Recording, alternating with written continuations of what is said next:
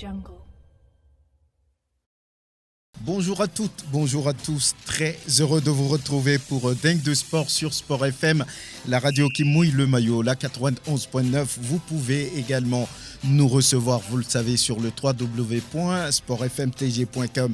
Excellentes conditions d'écoute à toutes et à tous. C'est bien, Dingue de Sport de ce 19 octobre 2022 parle des coupes africaines interclubs.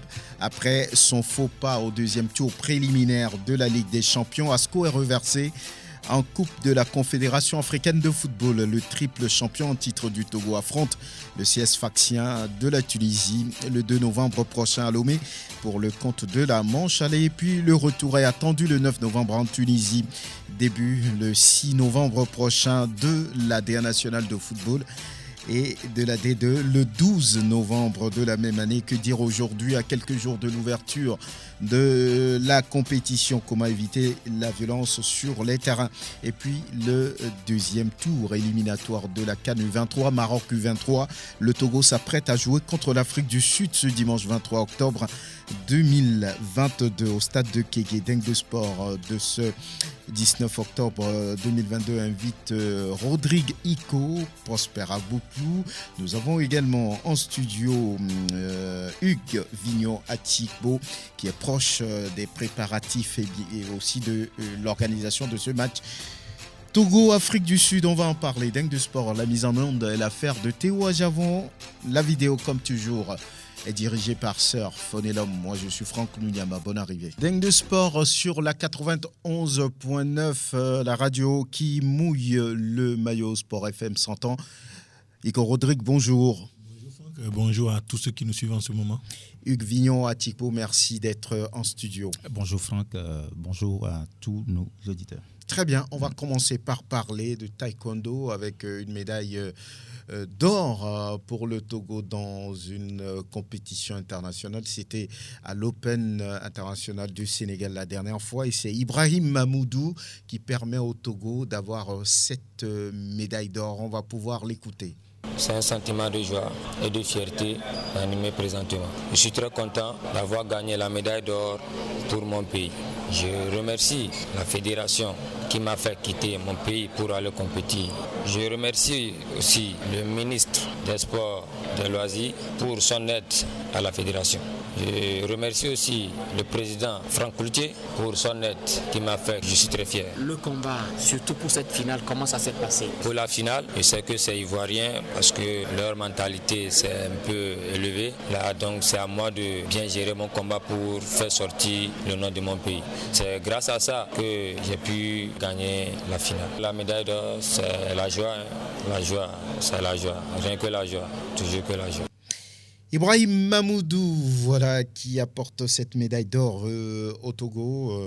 C'était à l'Open international du Sénégal la dernière fois. Le président de la fédération togolaise de taekwondo, Franck Kloutse.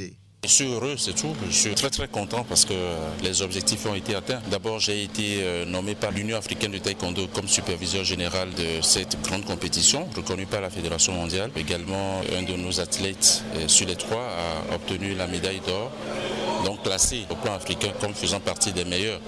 Dans sa catégorie, je pense que c'est une très bonne chose, c'est une grande joie pour moi et un grand honneur pour le Togo. C'est un athlète qu'on a connu lors de la Coupe du Président qui a eu lieu, je pense, il y a de cela 2 ans. Et c'est lui qui a remporté le trophée du meilleur espoir athlète jeune de taekwondo au Togo. Et chemin faisant, il a bien travaillé, il a remporté d'autres petites compétitions, d'autres petits tournois jusqu'à ce que se présente à l'Open international de Niamey, classé G2 par la Fédération mondiale, où il a eu la médaille d'argent. Au regard de cela, nous sommes dit, on a bien fait de l'avoir reconnu comme l'espoir du taekwondo togolais, surtout pour les jeunes. Et là, nous avons présenté à l'Open international de Dakar, classé également G2, et il revient avec une médaille d'or historique pour le Togo, parce qu'on ne l'a jamais eu. Je pense que la Fédération togolaise de taekwondo a plus de 30 ans, voire 40 ans d'existence, mais c'est la première fois qu'on a eu cette distinction au plan international. Donc, c'est une grande joie pour nous.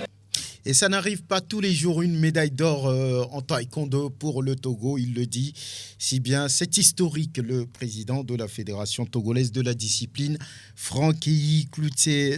Iko Rodrigue, ça vous dit quelque chose ? Quand on parle de ces sports-là, souvent, le Togo est souvent effacé. Oui, le Togo est souvent effacé, mais ça existe. Il y a des jeunes Togolais qui pratiquent ce sport. Il y a des athlètes togolais qui s'adonnent à ce sport. Le taekwondo, c'est vrai. Vous suivez également le championnat militaire, paramilitaire également de ce sport, le taekwondo.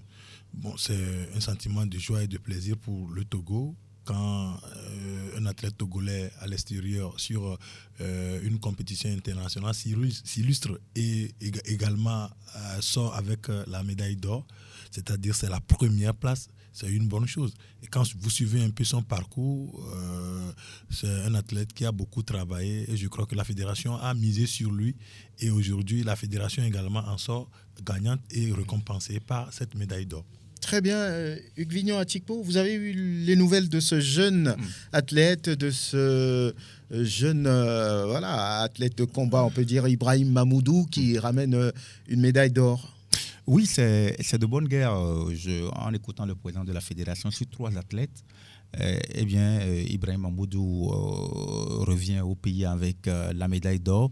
Et on va dire un événement presque historique puisque depuis 40 ans, c'est une performance de taille pour le taekwondo togolais. Je pense que on l'avait dit ici, il y a eu tout récemment au Jeux de Konya la médaille de bronze. Donc je crois que les disciplines, on va dire sportives individuelles s'illustrent ces derniers temps. On va encourager tous ces acteurs et pour Ibrahim Mamoudou, le plus dur commence. Il faut maintenant rester garder le niveau et rester donc au sommet pour relever encore d'autres défis. Je pense que Franck Cloutier le sait. Il va devoir donc encore retrousser les manches aux athlètes pour les compétitions internationales à venir. Le plus simple, c'est d'arriver peut-être au sommet, mais le plus difficile, c'est d'y rester. Il faut rester au sommet parce que là, il va avoir désormais des yeux sur lui. Personne ne le regardait avant, mais avec cette performance, c'est sûr que il y aura beaucoup de choses autour de lui, beaucoup d'ambition pour le jeune Ibrahim Mamoudou. Voilà, à l'instant, on a parlé de taekwondo. On va enchaîner avec la natation. Vous savez qu'il y a une Coupe du Monde à partir de demain et ce jusqu'au 23 octobre. C'est en Allemagne. Le Togo est représenté de ce côté par Jordan Manim Daou et Marie Amenou et puis Loïc Linert. Ce sont ces 3 athlètes qui représentent le Togo dans cette Coupe du Monde de natation là-bas en Allemagne. La compétition commence demain, mais avant il y avait eu un stage pour les entraîneurs niveau 1 FINA et on va écouter Charlie Agbavon après ce stage-là. J'ai retenu beaucoup de choses sur la pédagogie, l'enseignement de la natation, que ce soit pour des gens particuliers dans nos clubs, avec les enfants à l'école également. Donc, en ce qui concerne la progression, pédagogie, la manière d'enseigner est différente. Ce qui veut dire que quelque chose doit changer maintenant dans votre manière de travail. Oui, effectivement. Parce que la manière dont vous allez enseigner dans un établissement serait différente de la manière d'encadrer une personne particulière, en fait. Donc, ce stage m'a vraiment apporté un plus dans le bagage que j'avais déjà pour pouvoir mener à bien ce travail-là de coaching en natation. Est-ce que vous avez déjà un club? Oui, j'ai déjà un club. Et le club s'appelle ECN, qui est à Baguida. Nous encadrons des enfants et nous avons le vif désir de faire sortir des jeunes prodiges de ce club-là. Ce qui veut dire qu'il y a quand même un avenir meilleur pour la natation togolaise à l'issue de cette formation que vous venez de suivre. Oui, je peux dire que ce stage nous a vraiment fortifiés, aguerris pour la lutte à venir. À l'instant, Charlie Agbavon devant Grégoire Attignon. Il faisait partie des coachs formés, les coachs de niveau 1 formés par l'expert français Maurice Beneux. Envoyé par la Fédération internationale de natation FINA. C'était la dernière fois et le président qui se montre aussi très satisfait, qui évoque d'ailleurs le programme à venir pour cette fédération et Sonana Dao. Il y a le championnat du monde même qui se déroule en décembre à Melbourne. Mais avant ça, nous avons plein d'activités. Avec cette formation, nous venons de finir d'attaquer bien Lomé. Maintenant, le Togo, ce n'est pas juste Lomé. Il y a l'intérieur. Et je pense que le mois de novembre sera assez mouvementé à l'intérieur du pays, où nous avons déjà fait un recensement des piscines. Nous allons faire un diagnostic général pour essayer de voir quelle potentialité nous avons à l'intérieur en termes d'encadreurs et immédiatement initier une formation comme nous l'avons fait ici, mettre à niveau les maîtres nageurs qui existent sur quelques bassins déjà et former de nouveaux et permettre aussi à ce que aux prochaines compétitions et championnats, les choses ne vont pas se limiter juste à Lomé, mais ça va couvrir tout le pays. Esso Nanadaou, président de la Fédération togolaise de natation et de sauvetage, devant Grégoire Attignon.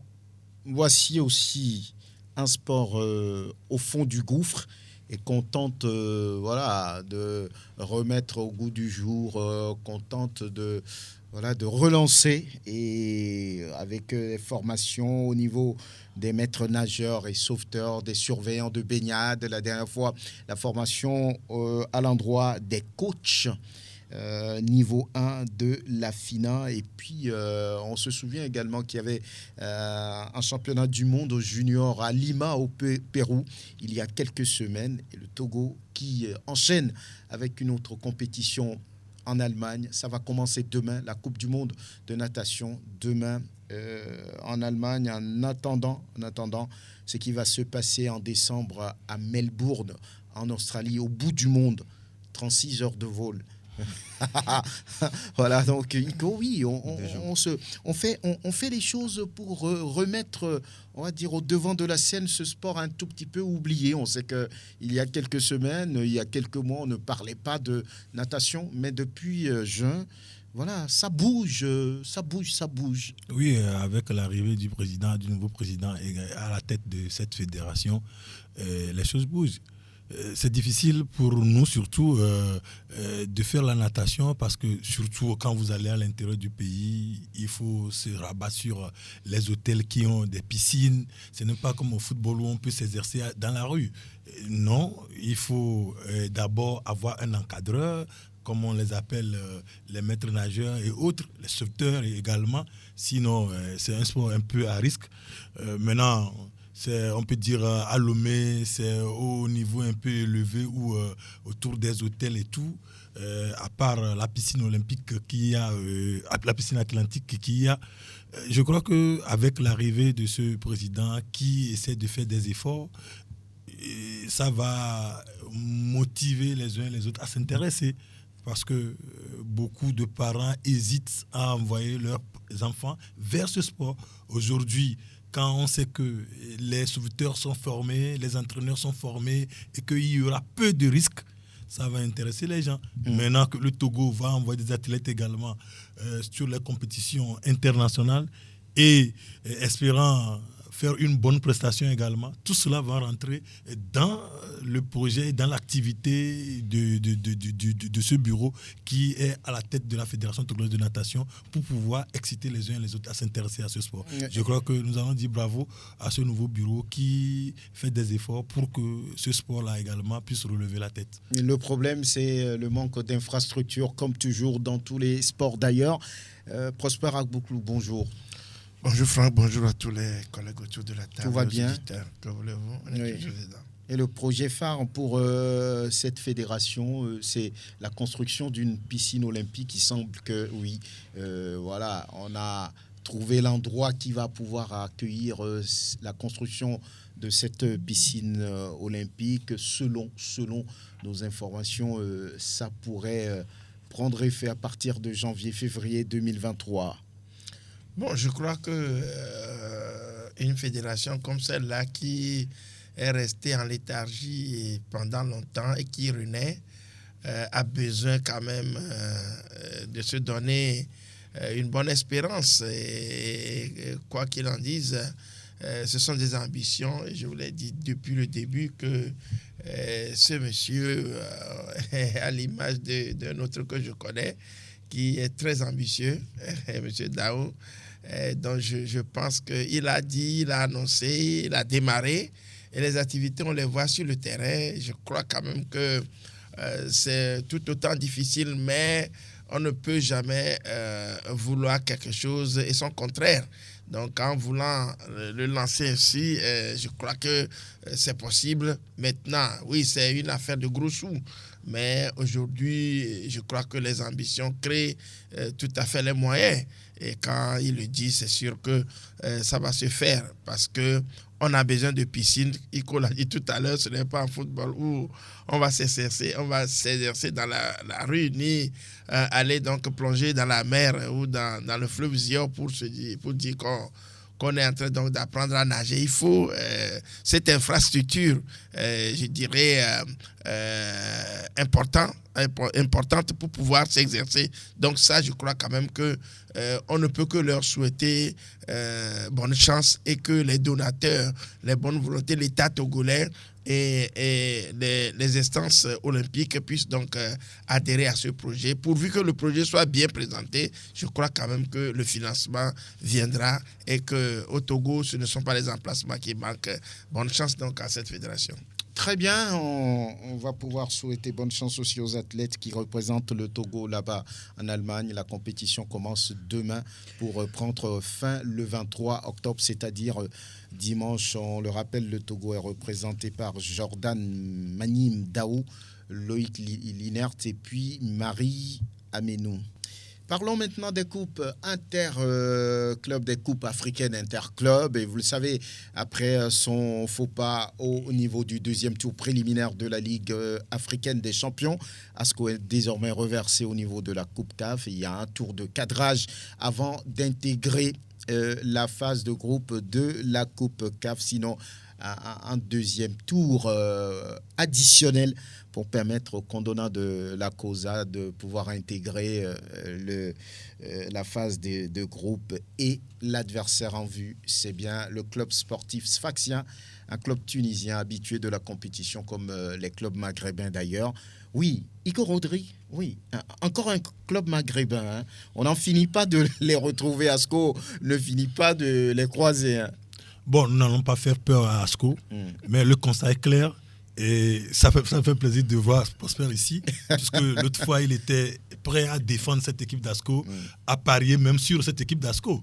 Mais nous, on le disait que, quoi qu'on dise, l'histoire en dit long, et puis la réalité également est là.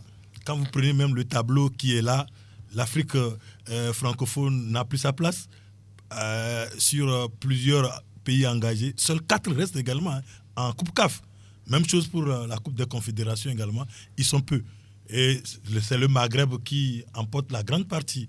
Maintenant, ASCO qui tombe encore sur, on va dire, un gros morceau. En fait, ce n'est pas un gros morceau, mais c'est le niveau. Aujourd'hui, on parle de niveau, on ne parle pas de morceau en football, mais on parle de niveau. Le niveau du football maghrébin aujourd'hui le prouve long par rapport aux qualifiés pour déjà ces 2 tours. Encore un club maghrébin pour cette équipe d'ASCO. Je crois que malheureusement, il n'y aura pas assez de temps, mais le staff technique doit beaucoup tirer des leçons de ces 2 matchs-là, le match aller et le match retour, pour, contre la JSK. Et même, pourquoi pas les matchs contre Nouadhibou. Nouadhibou également. Maintenant, on parle des Maghrébins. Aujourd'hui, je crois qu'on peut dire que le coup de la JSK a été un coup d'essai. Aujourd'hui, le coup de CS Sfaxien sera peut-être un coup de maître. Je veux croire que le staff technique et les joueurs prendront le dessus parce que, quoi qu'on dise, ASCO a été éliminé de peu, de justesse. C'est vrai que on comparait cette équipe de ASCO face à cette équipe de la JSK des années 90, c'était 10-0. Aujourd'hui, les données ont changé. ASCO a tenu, mais n'a pas pu passer le cap là. Donc vivement que ces expériences-là, ces 2 matchs, ça servent d'expérience à cette équipe d'ASCO face au club sfaxien de Sousse. Hugues Vignon, c'est toujours le niveau dont parle Iko Rodrigue il y a quelques instants. Le football maghrébin, qu'on le veuille ou non, est au-dessus de celui de l'Afrique subsaharienne. Il y a beaucoup, on va dire, de professionnalisme là-bas. Quand on prend le Maroc, quand on prend la Tunisie, quand on prend l'Égypte, c'est un cran au-dessus. Et ASCO qui fait face, encore une fois, à un club maghrébin, le club sportif sfaxien, vainqueur de la compétition d'ailleurs, de la Coupe CAF en 1998.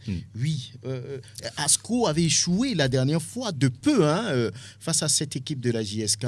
Qu'est-ce qu'il faut maintenant? Oui, je crois qu'il faut tirer les leçons de la double confrontation face à la JSK. On se rend compte que nous sommes restés un peu sur nos soifs, puisque au match aller, ASCO avait quand même des potentialités pour titiller véritablement cette équipe de la JSK.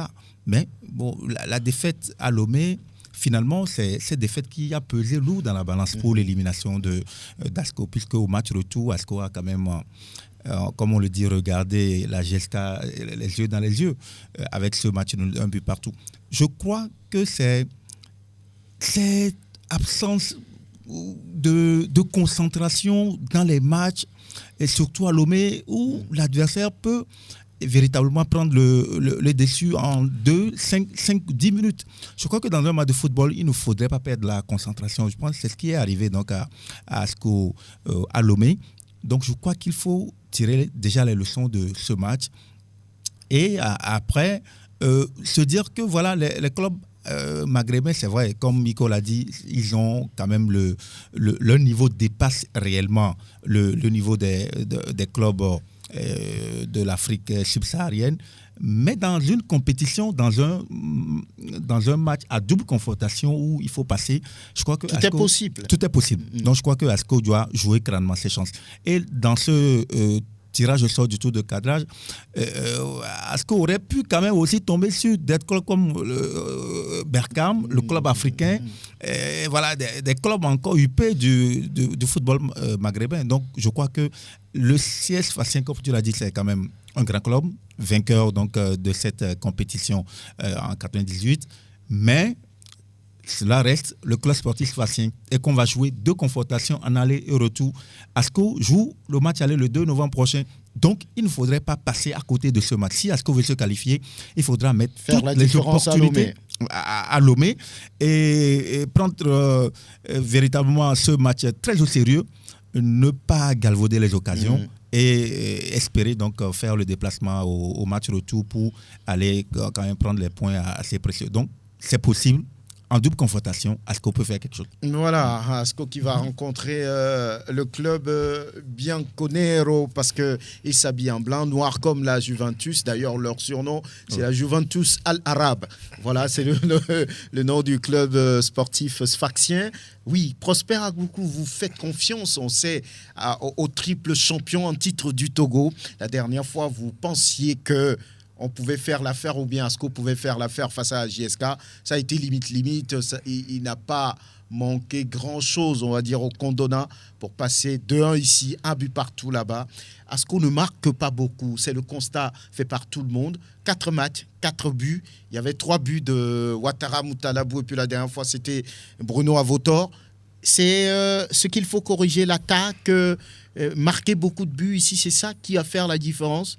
Mais moi, j'ai l'impression que c'est plutôt les matchs à domicile qui ne portent pas bonheur à ASCO. Si vous voyez à peu près, les matchs joués à domicile n'ont pas été trop souriants que ceux de l'extérieur. J'aurais voulu que pourquoi est-ce qu'à chaque fois la CAF commence toujours par les équipes qu'on prétend être faibles à la maison pour terminer par l'effort au match retour. Il faut qu'on inverse un peu la tendance. J'ai l'impression qu'à l'extérieur, cette équipe a plus donc d'expression. Et quand vous voyez elle est plus libérée, oui. Plus détendue. Plus détendue. Contre Nouadhibou, elle est partie gagner. Contre la GSK, elle a fait match nul, alors qu'on pensait qu'après la défaite de Lomé, ce serait vraiment difficile. Donc là, ASCO a été même mené avant de reprendre, donc de rejoindre, de recoller le score. Donc moi, je crois que c'est surtout le match aller sur lequel il faut vraiment porter un œil avisé. Et comme mes collègues l'ont dit tout à l'heure, il va falloir que l'encadrement technique cherche à comprendre pourquoi l'équipe ne réussit pas à domicile. Il faut qu'il réussisse ici en gagnant le match. Supposons que la dernière fois, la tendance était inversée, 2-1 pour Asco, c'est Asco qui passe. Donc je crois quand même que tout doit partir d'ici. Qu'est-ce qui se passe et que l'équipe à domicile n'arrive pas à faire le score? Et vous l'avez dit tout à l'heure, marquer un seul but dans un match, ce n'est pas trop avantageux. Il faut aller à 2, 3 pour pouvoir garder donc la constance. Mais j'ai toujours foi parce que l'équipe est déjà en roue libre. Elle a fait déjà plusieurs matchs. Il y a quand même la cohésion qui est maintenant. Il faut, comme Hugues l'a dit, la confiance. Il faut qu'il s'intègre, qu'il oublie qu'il joue à domicile, qu'il pense toujours qu'ils vont jouer ce premier match à l'extérieur en oubliant tout à fait le public. Parce que notre public aussi ne participe pas trop. Quand vous voyez chez les Maghrébins, c'est le public qui amène l'ambiance. Ici, on est spectateur. Quand ça va bien, c'est sûrement que vous allez voir les gens crier. Mais quand ça va mal, on est là à insulter. On insulte même parfois. Ça ne devrait pas être leur rôle. Voilà. Le rôle, c'est de supporter de la première seconde jusqu'à la dernière. Voilà, j'ai l'impression que l'équipe, souvent, rentre dedans. Et c'est d'ailleurs dans les situations difficiles qu'il faut... Voilà, qu'il faut remonter. Donc, je crois qu'on va inviter aussi le public à être vraiment le 12e homme derrière cette équipe, la pousser. Et moi, j'ai confiance quand même que cette équipe d'Asco peut et va tout de même se qualifier pour la phase de poule. Parce que, bon, quand j'ai regardé un peu pour le CS Spatial également, je crois que c'est une journée de championnat en Tunisie. Elle n'a pas fait, en fait, grand-chose. On ne peut pas tirer les leçons donc, du championnat quand même. Mais je crois que Asco est un peu en roue libre. Elle connaît déjà les difficultés. Les forces sont égales. C'est 50-50 désormais. Bon, pour ici, à Lomé, je crois que Asco doit faire 80 contre 20. Ah oui. 80 contre 20, vous creusez le trou. Vous creusez le trou. Il faut ajouter également, par rapport à l'analyse de Prosper Allemand, la méconnaissance de l'adversaire. Des fois, on se jauge maintenant, du match aller maintenant, pour étudier l'adversaire. Regardez le premier but d'Asco contre la GSK l'autre fois. Le premier but encaissé à Lomé ici. C'était un but facile. C'était, on peut dire, 2 attaquants contre 4 défenseurs. Mais ils sont passés facilement pour mettre le but. Balo parlait de but cadeau. De but cadeau. Regardez ce premier but-là. Donc moi, je dis, c'est comme si, à des moments, le staff technique ne maîtrise pas l'adversaire. Maintenant, on se sert maintenant du match aller maintenant pour connaître les forces et les faiblesses de l'adversaire. Alors que c'est des choses qu'on devait avoir avant. Je faisais l'allusion là l'autre fois.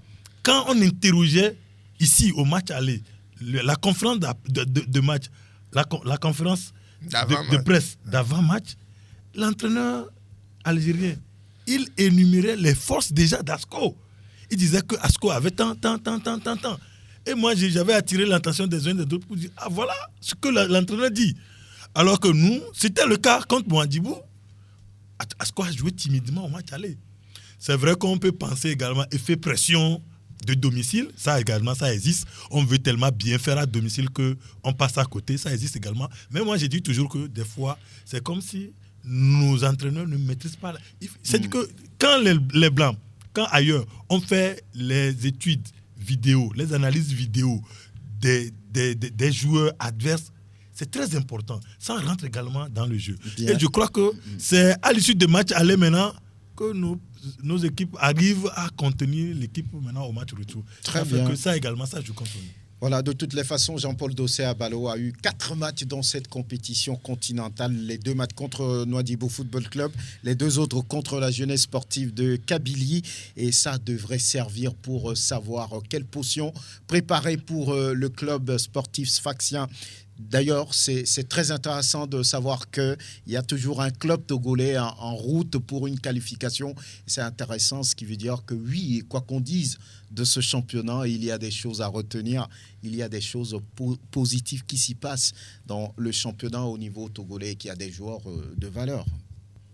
Et voilà, très rapidement, on va parler du championnat avant de revenir sur le match entre le Togo et l'Afrique du Sud dans le cadre des U23. Ce sera dimanche prochain au stade de Kigué à partir de 16h. Ico Rodrigue, le championnat va commencer bientôt. La D1 le 6, la D2 le 12. Voilà. Qu'est-ce qu'il faut dire à quelques jours du démarrage? Vous avez un favori? Vous avez quelque chose à dire? Peut-être des inquiétudes? Je ne sais pas. On va y aller rapidement. Non, mais inquiétude... Moi, mon souhait, c'est toujours de voir le championnat togolais à un bon niveau. Aujourd'hui, quand nous pleurons, nous disons que nos équipes tombent toujours au premier tour, c'est décevant. C'est très décevant. Maintenant, il faut qu'il y ait une bonne organisation.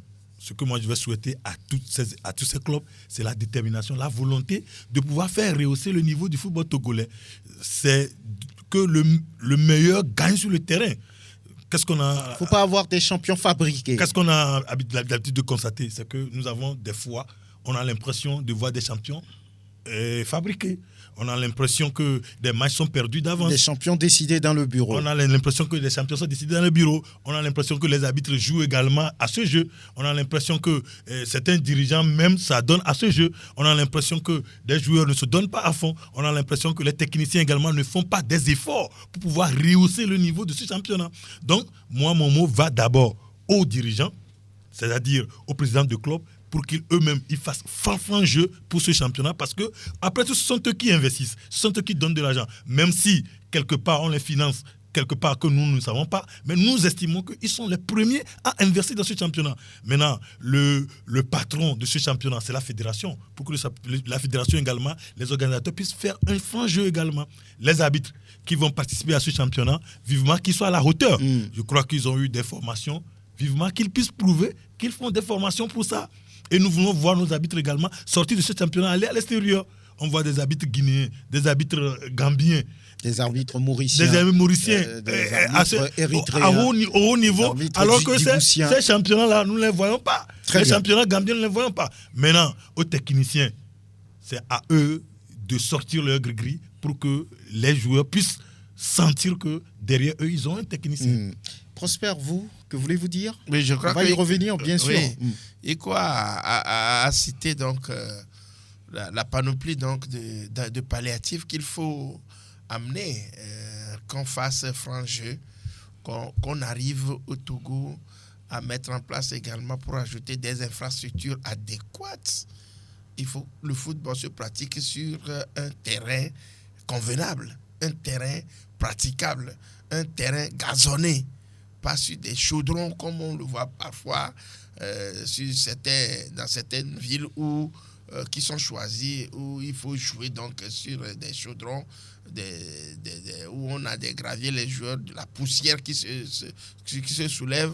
Donc je crois quand même que ça aussi, c'est le ventre mou même auquel il faut aussi s'attaquer, construire. Et ça, je crois que je m'adresse un peu plus aux autorités politiques. C'est à eux de nous doter donc de ces infrastructures-là. Mais donc après cela, il faut que la fédération arrive, on parle de professionnalisation, mais cela dit, il faut commencer quand même par les différentes comment on appelle, catégories. Il faut que les équipes soutiennent leur équipe senior avec les petites catégories. Ce n'est que par là qu'on peut faire la relève. Mais à chaque fois, on veut terminer, on peut avoir des produits finis. Des joueurs qui ont fait leur, comme on appelle, leur temps ailleurs et qui sont fatigués. On vient les enrouler, on nous dit qu'on est en train de former des équipes. Je crois quand même que ça aussi, c'est un truc qui peut aider à ce que nous ayons plus tard de très bonnes équipes pour ne plus se faire embêter par les équipes maghrébines. Et Hugues Vignon-Atikpo, oui, vous pensez à quoi à la veille de l'ouverture de cette nouvelle saison? Je crois que Yves l'a effleuré. Il faudrait que tous les acteurs puissent véritablement, à l'entame donc, de cette nouvelle saison, jouer leur partition. Je crois que vendredi, il y aura une réunion entre la fédération et les présidents des clubs pour définir donc, tous les contours donc, de cette nouvelle saison. Maintenant, à la fédération... Ça également, c'est trop tard. Il fallait le faire un mois avant. Voilà, à la fédération de veiller à ce que et l'organisation soit parfaite, et à la commission des arbitres de veiller à ce que les arbitres qui seront désignés sur les matchs soient à la hauteur de l'enjeu.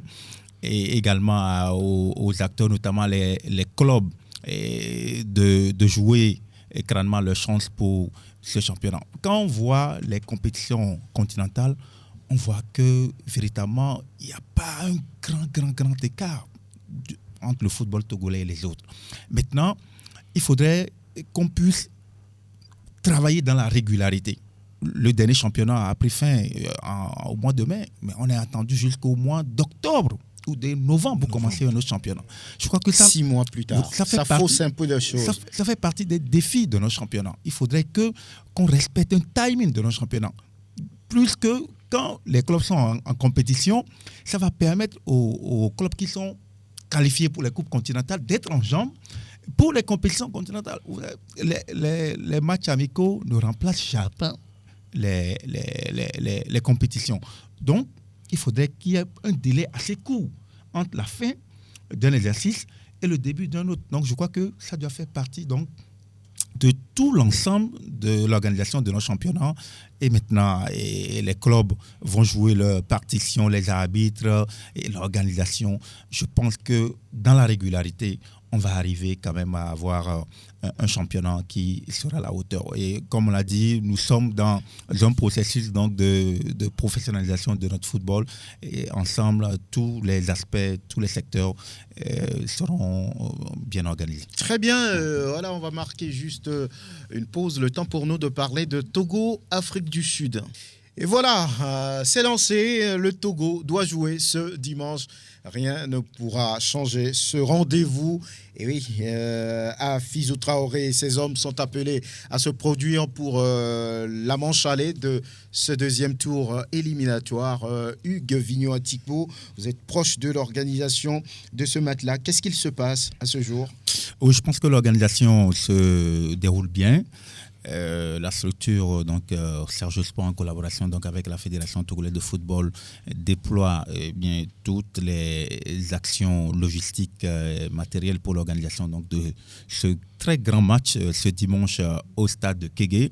Vous savez, les éperviers U23 représentent donc, c'est l'espoir de notre football.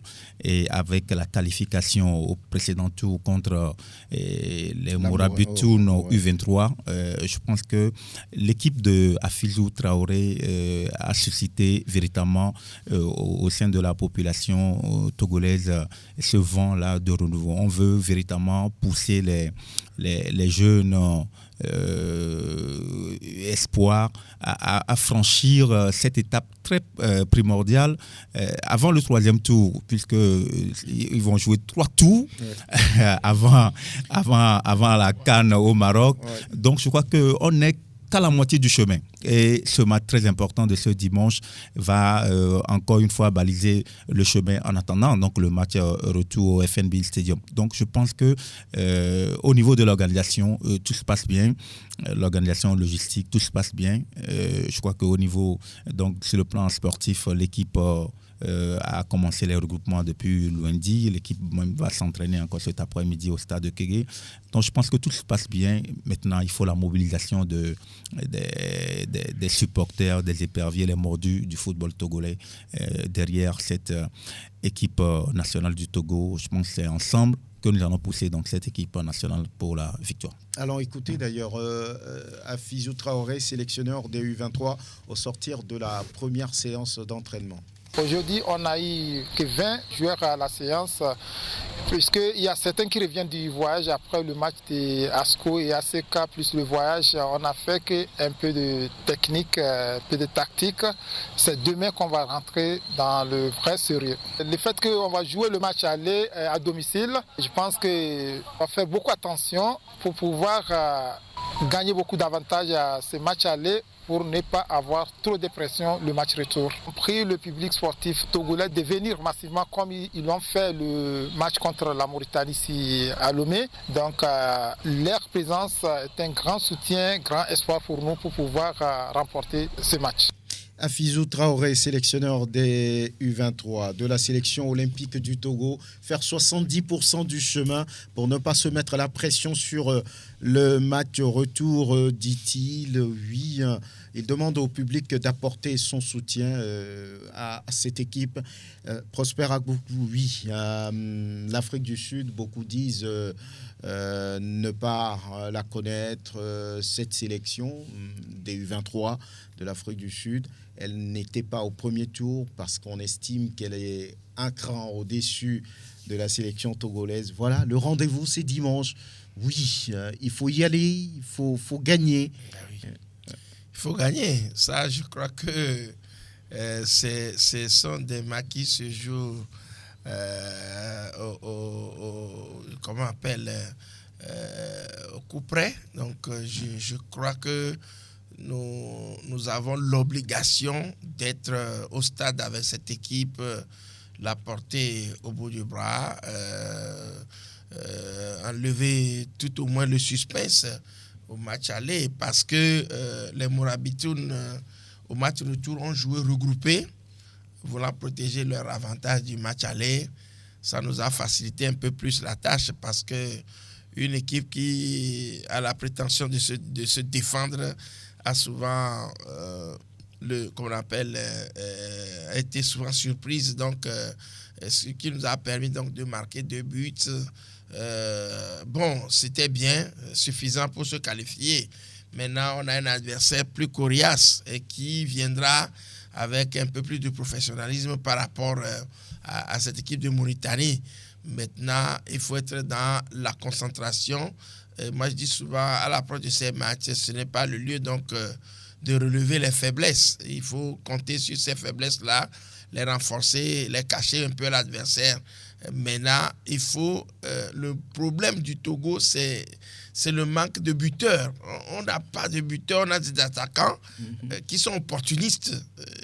On rate pratiquement 5-6 occasions avant d'en marquer un seul. Bon, de marquer un but, cela n'encourage pas trop, mais je crois quand même que l'encadrement technique, Afizou Traoré et Wadja Lantam doivent trouver donc l'alchimie nécessaire pour pouvoir permettre à leurs joueurs donc d'être dans des conditions de but. Il faut qu'ils marquent. Quelqu'un dit qu'il peut mal jouer et gagner. Donc, c'est ça, il faut... Il a mal joué, il a perdu. Donc, il faut ici, même si on n'attend pas de très beaux jeux, marquer, c'est-à-dire être réaliste. C'est ça qui manque. Donc, je crois, si ce que nous voyons depuis un certain temps, la dynamique qui est autour de l'équipe, et je sais comment Serge aussi met donc les bouchées doubles pour que cela marche. Je crois que ça va marcher. On va toujours prier pour que cette équipe marque. C'est-à-dire que le public vienne pousser l'équipe à marquer des buts. Pas forcément à attendre le beau jeu, mais à marquer des buts. Et c'est ça qui fait la différence en fin de compte. C'est ça qui va faire la différence sur les 2 matchs. Le nombre de buts marqués, le beau jeu peut-être arrive après. Oui. À quoi faut-il s'attendre par rapport à cette sélection olympique du Togo qui vraiment a déjà joué 2 matchs? Il y a eu une défaite et puis une victoire, c'est ça, non, pour se qualifier face au Mourabitoun Espoir. Voilà, 2-0 ici à Lomé, après avoir perdu de l'autre côté, 0-1. Donc, la prochaine fois, le dimanche, l'Afrique du Sud se dresse sur le chemin du Togo. Il va falloir faire la différence en attendant le match retour. Oui. Et Hugues l'a dit tout à l'heure, ce n'est que le 2e tour. Il y aura un troisième tour où il faut se qualifier pour la CAN. Et après la CAN, faire une bonne prestation pour se qualifier pour les Jeux Olympiques. Donc, ça veut dire tout simplement que cette manche aller, le Togo doit maximiser. Bon, ce qui est souhaitable, c'est qu'à l'issue des 2 matchs, le match aller et le match retour, que le Togo puisse franchir l'étape de l'Afrique du Sud. Maintenant, ces étapes-là, qu'est-ce qu'il faut faire? Il faut commencer par la première manche. Et la première manche, ça se joue chez nous. Chez nous, on l'a dit tout à l'heure, Hugues l'a dit, l'organisateur met les bouchées doubles pour que le public puisse faire le déplacement. On lance l'appel au public, parce qu'aujourd'hui, c'est vrai, on le dit, le football se joue à 11, mais également, il y a le public qui apporte son soutien. Il faut voir quand vous allez peut-être ailleurs, comment le public accompagne son équipe. Ça donne également de l'adrénaline aux joueurs. Ça fait que les joueurs se défoncent.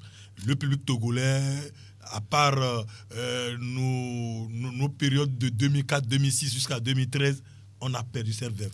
Mais avec les résultats également.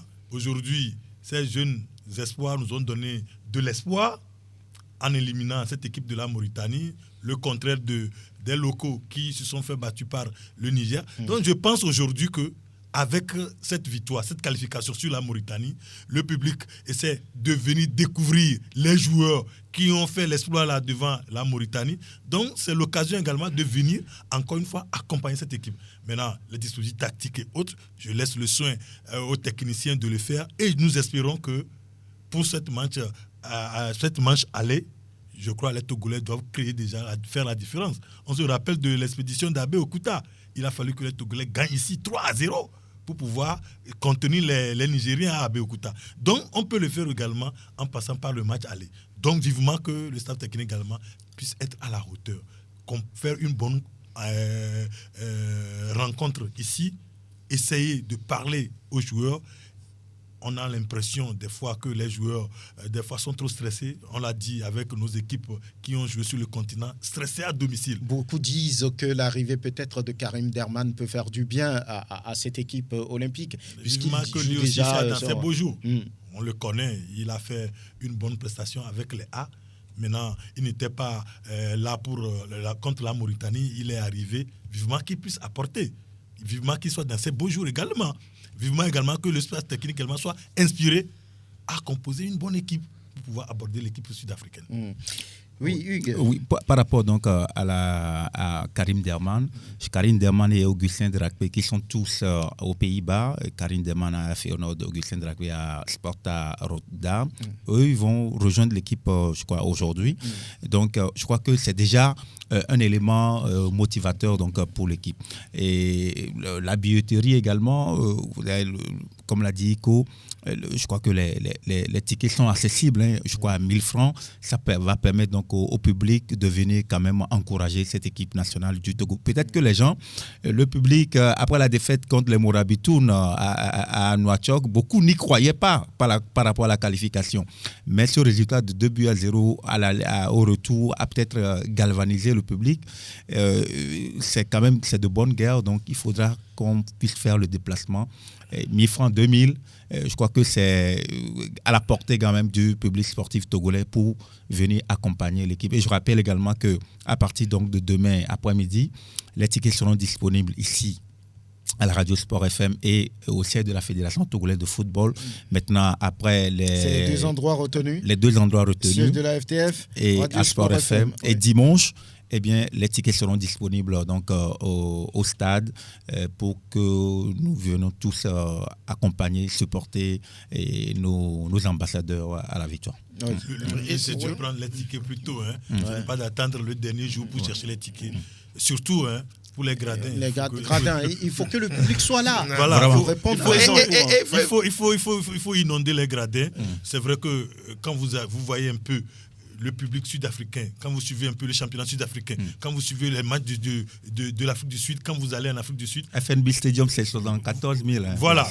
Donc, il faudrait que... Mais c'est pas sûr que le match ait lieu là-bas. Mais bon.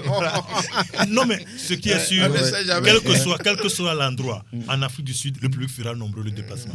Au moins que eux aussi, arrivés ici, soient un peu émotionnés par notre public. Voilà. Et surtout que la qualification de cette équipe Espoir du Togo face à la Mauritanie reste donc l'une des rares fois où le football togolais a encore émergé. C'était un ouf de soulagement. Voilà. Puisque d'abord les cadets étaient partis, les juniors sont tombés, les fanions ont commencé très mal leur compétition. L'équipe locale tombée. Bon, je ne veux pas dire qu'elle est tombée. C'est le vent d'espoir. C'est l'espoir. C'est l'équipe espoir qui nous donne l'espoir. Donc il va falloir quand même qu'on fasse les pieds, les mains et surtout que nous prions que les arbitres qui viendront cette fois-ci, pas pour nous avantager, mais qu'ils soient dans les normes au moins, quand il faut regarder la dernière fois lors du match, le match, je crois. Contre le Niger. Non, contre le Niger, on a vu ce que cet arbitre. On a parlé du match ASK Usma également. Regardez aujourd'hui. Jean Ouattara du Burkina. Et qui a même refusé un pénalty. Enfin, je le dis ainsi, parce que le joueur ne s'en est plus sorti même. À Korobilal. Il est plâtré. Il y avait une grave faute que ce monsieur a vue.